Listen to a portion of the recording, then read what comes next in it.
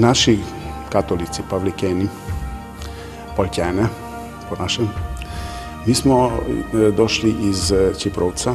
Ovaj jezik, naš palčanski, mi ga govorimo u izvornom obliku kakav se govorio pred više od 300 godina.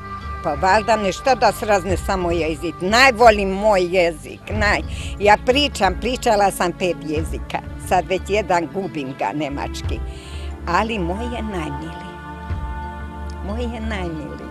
Imamo knjige, molitvene knjige koje datiraju iz 1840. godine. Znači, već tada su Pavlikeni imali neke privilegije. U Ivanovu do pre 5 godina bugarsko slovo se nije zapisalo od 43. godine. Nije se organizovalo, nije bilo. Verovatno nisu imali vremena или nisu смели, или nisu bili njih toliko. Тази идентичност, която те съхраняват, е благодарение на вярата, която имат, която са донесли от тук, от родината си. Sad tu komšilog samo ona kuća, tamo nam je Bugari, tamo ona 3 prozora. Ovi su Slovaci, to su Mađari. Те са потомци на павликяни, които са от 300 години там.